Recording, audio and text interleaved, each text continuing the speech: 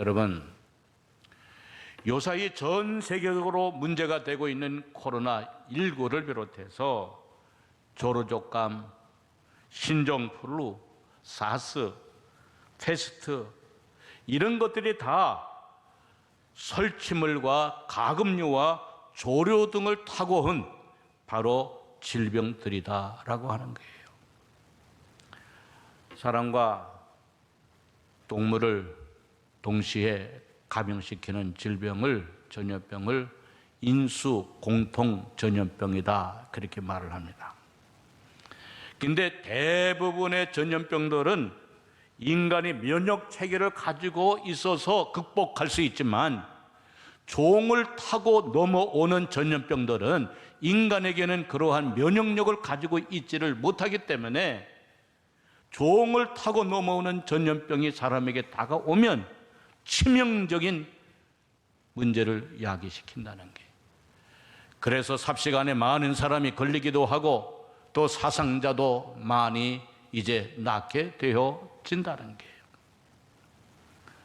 실제로 집에서 키우는 닭이나 새의 종류를 통해서 나타나는 질병은 29가지나 된다 그래요. 쥐희경어는 52가지나 된다 그래요.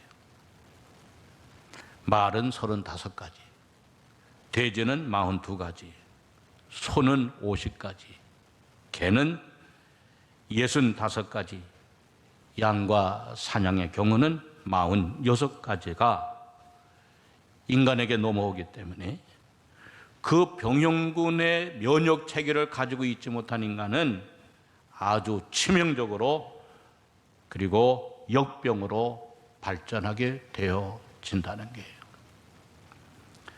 성경을 보면 하나님은 그런 부분에 대해서까지 우리에게 미리 다 말씀해 주셨어요. 레위기서를 보게 되면 11장에 철저하게 하나님은 말씀해 주셨습니다. 이스라엘 자손에게 말하여 이르라.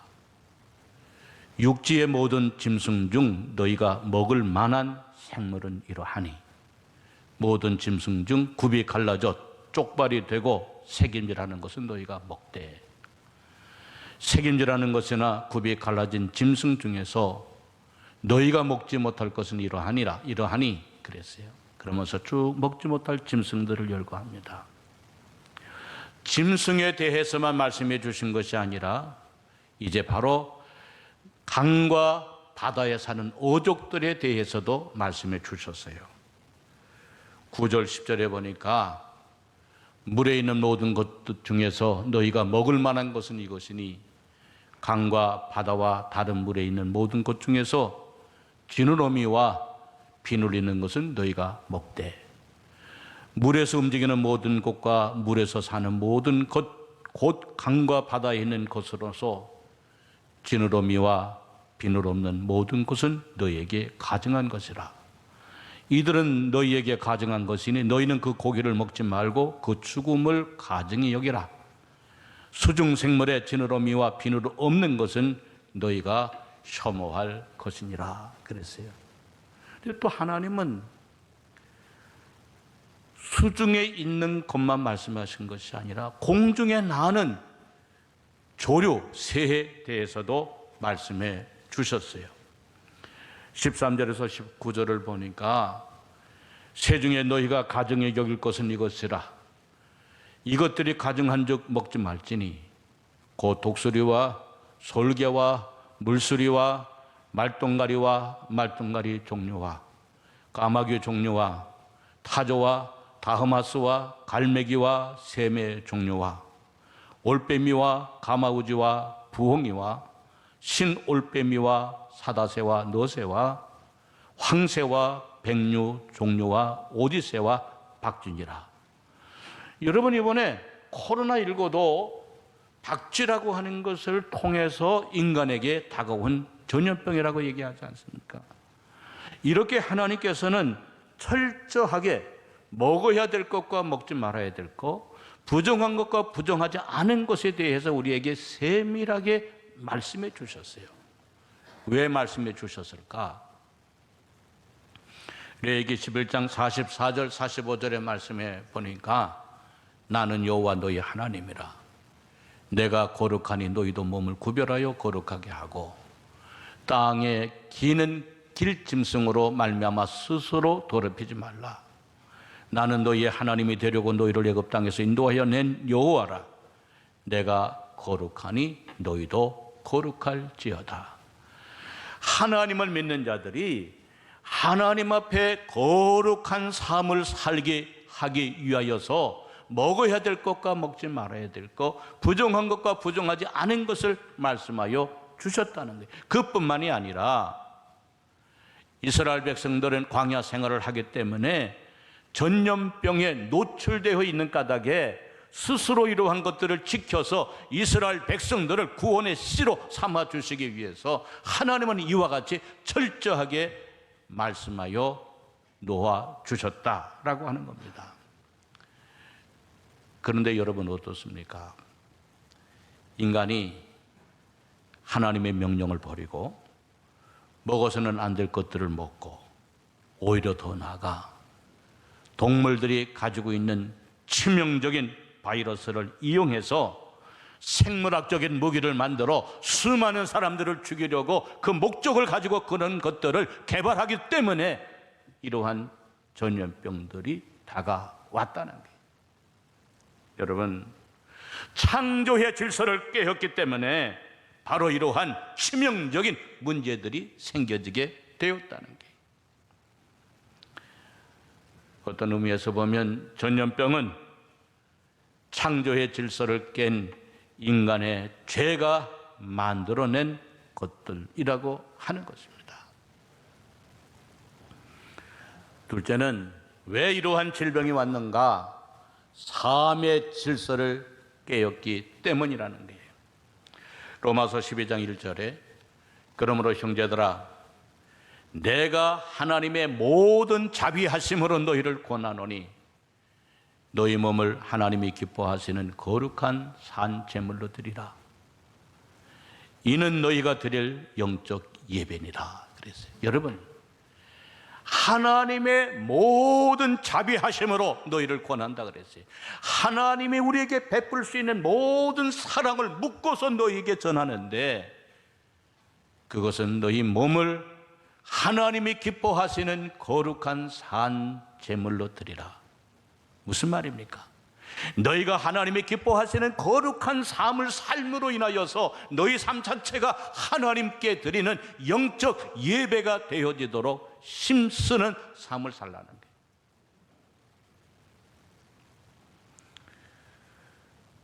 그런데 인간이 하나님이 기뻐하시는 삶을 사는 것이 아니라 죄가 기뻐하는 삶, 마귀와 사단이 기뻐하는 삶, 욕망에 놀아나고 욕심이 드러나고 인간의 오만과 교만과 아집에 사로잡히는 죄악된 삶을 살기 때문에 이러한 질병들이 왔다는 거예요.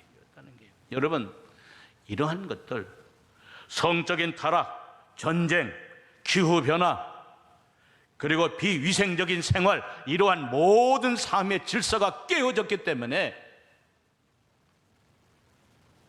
전염병이 왔다는 거예요. 오늘도 마찬가지라는 거예요.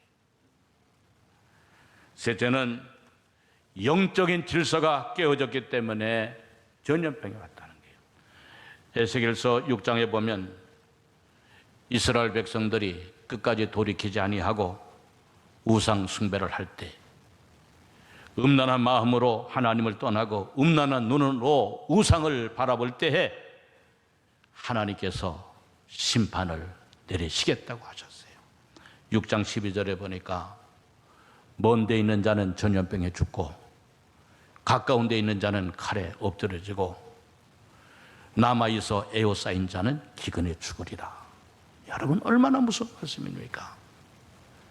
끝까지 하나님을 등지고 우상 숭배를 하고 하나님께로 돌아오지 아니할 때에 먼 데 있는 자는 전염병으로 죽고 가까운 데 있는 자는 전쟁의 칼에 엎드러지고 에워싸여 있는 자는 기근에 죽으리라 그랬어요. 어제 우리 교회에 장례식이 있었는데 참 안타깝죠. 남편이 죽고 아버지가 죽어도 죽을 때 아버지 남편 얼굴을 보지 못하잖아요. 나이가 들면 대부분들이 요양병원에 가서 있잖아요. 요양병원에 가 있었는데 요양병원에서 면회를 안 시켜주잖아요. 벌써 여러 달 동안 면회 안 시켜주잖아요.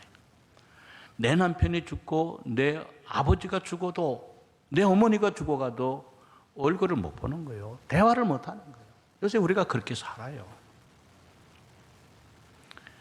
요새 제일 안타까운 게 뭡니까? 어린아이들, 말 못하는 어린아이들, 아장아장 걷는 어린아이들이 외출을 할 때 어떻게 합니까? 입에다 다 마스크 쓰잖아요. 마스크. 걔들이 무슨 죄가 있어서. 응? 옷을 입고 다니듯 얼굴에는 마스크를 쓰는 것이 그들은 태어나고서부터 처음 배운 것이 바로 그거라는 거예요. 얼마나 안타깝습니까? 우리가 오늘 그런 세상에 살아요.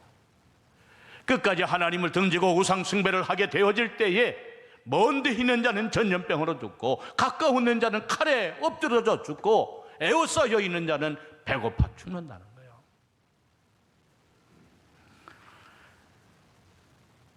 여러분, 우리들이 역사적으로 간과해서 안 될 것이 있습니다. 그것은 하나님을 배반한 우상 숭배가 극에 달하고 이단이 우후 숙춘처럼 번져나갈 때 영적으로 하나님을 떠나 도덕적으로 율로직으로 다 무너지게 되었을 때 교회 안에는 부패와 타락이 극에 달했을 때 하나님의 경고를 무시하고 계속해서 브레이크 없는 자동차처럼 달려나가게 되어질 때 하나님은 언제나 전쟁과 전염병과 기근으로 심판을 하셨다고 하는 사실입니다.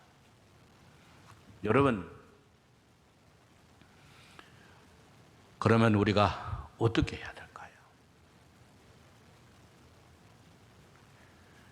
하나님의 천지를 창조하셨고 하나님의 역사를 주관하셨고 하나님의 우리의 삶을 주관하시고 하나님의 오늘도 살아계신 분이라고 한다면 하나님의 전염병에 갇혀 계시는 분이 아니라고 하신다면 오늘 우리가 어떻게 해야 될까? 어떤 마음을 갖고 세상에 무슨 말을 하고 무슨 대답을 주고 어떤 마음을 갖고 살아가야 할까라고 하는 거예요.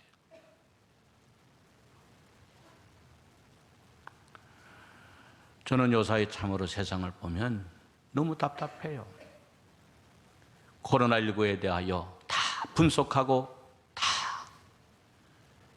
예방하고 코로나19에 대해서 조심해야 될 것을 얘기하고 하루에 몇 명 죽고 몇 명 입원했다 얘기하지만 근본적으로 해결하고 근본적으로 대답을 줄 수 있는 얘기는 누구에게도 듣고 있지 못하다는 거예요. 오늘 우리는 죽은 자이 아니라 산 자의 하나님을 믿습니다. 천지를 창조하신 하나님을 믿습니다. 우리의 모든 삶을 주관하시는 하나님을 믿습니다. 그렇다면 오늘 우리가 답을 갖고 답을 해줘야 될 내용이 무엇인가라고 하는 거예요. 첫째로 여러분, 창조의 질서를 회복시켜야 됩니다. 하나님이 인간에게 주신 것은 행복과 번영과 축복과 소망과 은혜와 은총입니다. 그러나 인간의 죄가 하나님을 떠나가게 했고 불순종이 이제 거짓이 하나님과 멀어지게 했고 하나님의 진노를 사게 했다 한다면 우리가 이것을 다시 회복해야 됩니다. 로마서 1장 21절에서 23절에 보니 하나님을 알되 하나님을 용화롭게도 아니하며 감사하지도 아니하고 오히려 그 생각이 허망하여지며 미련한 마음이 어두워졌나니 스스로 지혜 있다 하나 어리석게 되어 썩어지지 아니하는 하나님의 영광을 썩어질 사람과 새와 짐승과 기어다니는 동물 모양의 우상으로 바꾸었느니라 그랬어요. 여러분, 하나님이 세상을 만드실 때에는 다 계획이 있습니다. 뜻이 있습니다. 목적이 있습니다. 질서대로, 순서대로, 계획대로 만드셨습니다. 그러므로 오늘 우리는 하나님의 뜻대로, 하나님의 목적대로, 하나님의 계획대로, 하나님의 질서대로, 하나님의 순서대로 돌아가야 한다는 거예요. 인간의 어리석음을 내려놓고, 교만과 아집을 내려놓고 다시 하나님의 뜻이 무엇인지, 하나님의 목적이 무엇인지, 하나님의 계획이 무엇인지를 깨달아 돌아가는 삶을 살아야 한다는 거예요. 정치도, 경제도, 사회도, 세상의 모든 일도, 과학도 하나님의 뜻과 목적과 계획대로 회복시켜야 된다는 거예요. 둘째는 하나님이 명하신 삶을 살도록 해야 된다는 거예요. 로마서 12장 2절에 너희는 이 세대를 본받지 말고 오직 마음을 새롭게 함으로 변화를 받아 하나님이 선하시고 기뻐하시고 온전하신 뜻이 무엇인지 분별하도록 하라. 너희는 이 세대를 본받지 말라 그랬어요. 아무리 아름답게 보이고 매력적으로 보이고 탐스럽게 보여도 이 세대를 본받지 말라. 여러분, 우리 어렸을 때에 식용버섯과 독버섯을 구분하는 거 가르쳐 주지 않았어요? 독버섯일수록 탐스럽고 아름답고 먹음직스럽고 따고 싶고 갖고 싶다. 그렇지 않아요? 아무리 세상이 매력적이고 아무리 탐욕이 좋다 할지라도 분별할 줄 알아야 된다. 하나님의 선하시고 기뻐하시고 온전하신 뜻이 무엇인지를 우리가 깨닫고 가르치고 배우고 알고 살아야 한다는 거예요. 세상에 일어나는 모든 일이 다 인간의 탐욕 때문에 생겨지는 거 아니에요? 독버섯과 같은 것들을 식용버섯인 줄 알고 먹고 탐하고 그러기 때문에 문제가 되는 거라. 여러분, 그래도 우리가 어렸을 때는요, 여러분들도 다 마찬가지예요. 하나님을 알든 모르든 우리나라에서 여러분들 뭐 배웠어요? 상강오륜 배우고 사소오경 내용을 배우고 암송하고 그렇게 했잖아요. 하나님을 몰라도 바르게 사는 법을 가르치고 배웠어요. 나이 드신 분에게 잘 예우하고 공경하고 부모님을 효도하고 형제 사랑하고 다 우리 배우고 살았잖아요. 그런데 요사는 바르게 사는 법을 가르치질 않아요. 나라도 가르치지 않고 학교도 가르치지 않고 가정도 가르치지도 않아요. 선생님도 가르치지 않고 부모님도 가르치지 않아요. 어떻게 사는 것이 바르게 사는지, 어떻게 사는 것이 하나님 앞에 믿음으로 사는 것인지를 가르쳐주지 않고 배우지 않고 살려고 하지 않는다는 거예요. 그렇기 때문에 하나님이 기뻐하시지 않아요. 이제 우리가 이러한 것을 회복하기 위해서는 하나님의 선하시고 기뻐하시고 온전하신 뜻이 무엇인지를 가르쳐야 돼요. 인류가 가르쳐야 돼요. 모든 나라들이 가르쳐야 돼요. 모든 나라가 다시 영성으로 도덕적으로 회복이 되어서 이런 것들을 가르치고 배우고 이제 순종하여 나아갈 때에 인간이 이러한 질병으로부터 벗어나고 자유함을 얻고 창조의 목적대로 행복한 삶을 살아갈 수 있게 되어진다는 거예요. 사랑하는 성도 여러분, 우리 먼저 예수 믿는 사람들부터 배우고 가르치시기를 바랍니다.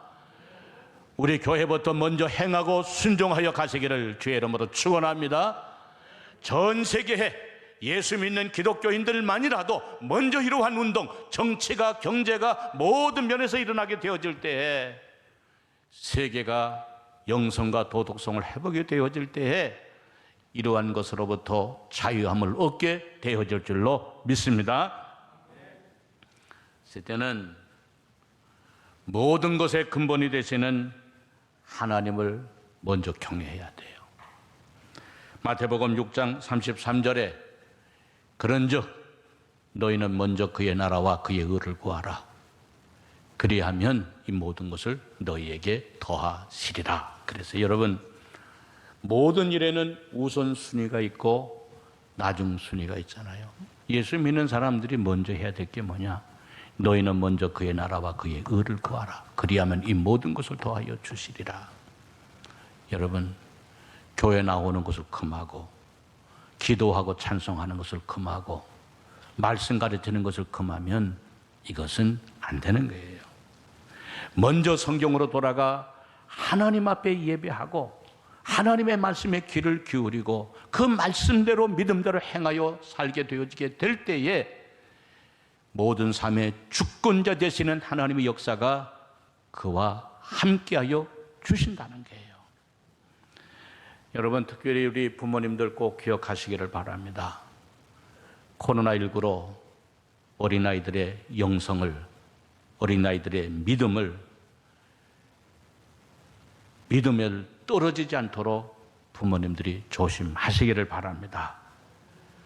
코로나19를 핑계로 어린아이들이 교회 나오는 것을 금하고 피하고 또 그들에게 세상의 즐거움을 가르치면서 하나님의 말씀을 가르치지 않는 것은 그것은 먼 훗날 영성을 우리가 흐르게 하는 일이요 믿음을 떨어지게 하는 일임을 알아야 돼요. 신명기 6장 6절 7절에 보니 오늘 내가 네게 명하는 이 말씀을 너는 마음에 새기고 내 자녀에게 부지런히 가르치며 집에 앉았을 때에든지 길을 갈 때에든지 누워있을 때에든지 일어날 때에든지 이 말씀을 강론할 것이며 그랬어요. 그럴 때에 신명기 6장 18절의 말씀을 보면 주님이 주신 약속이 있어요. 그리하면 내가 복을 받고 그 땅에 들어가서 여호와께서 모든 대적을 내 앞에서 쫓아내시겠다고 내 조상들에게 맹세하신 아름다운 땅을 차지하리니 여호와의 말씀과 같으니라. 내가 복을 받고 내 자손이 복을 받는 길이 무엇이냐? 먼저 하나님의 나라와 그의 의를 구하도록 가르치는 것이다. 요사이 보니까 코로나19가 생기고 나서 교회 학교가 없어지는 교회가 3분의 2가 넘어요.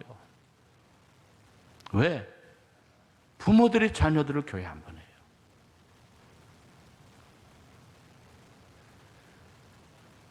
교회 학교가 사라지고 문을 닫아요. 여러분, 하나님의 말씀으로 돌아가셔야 됩니다. 자, 결론을 맺겠습니다. 여러분, 역사적으로 전염병은 항상 있어 왔습니다. 그러나 전염병이 한 번도 하나님을 이긴 적이 없습니다.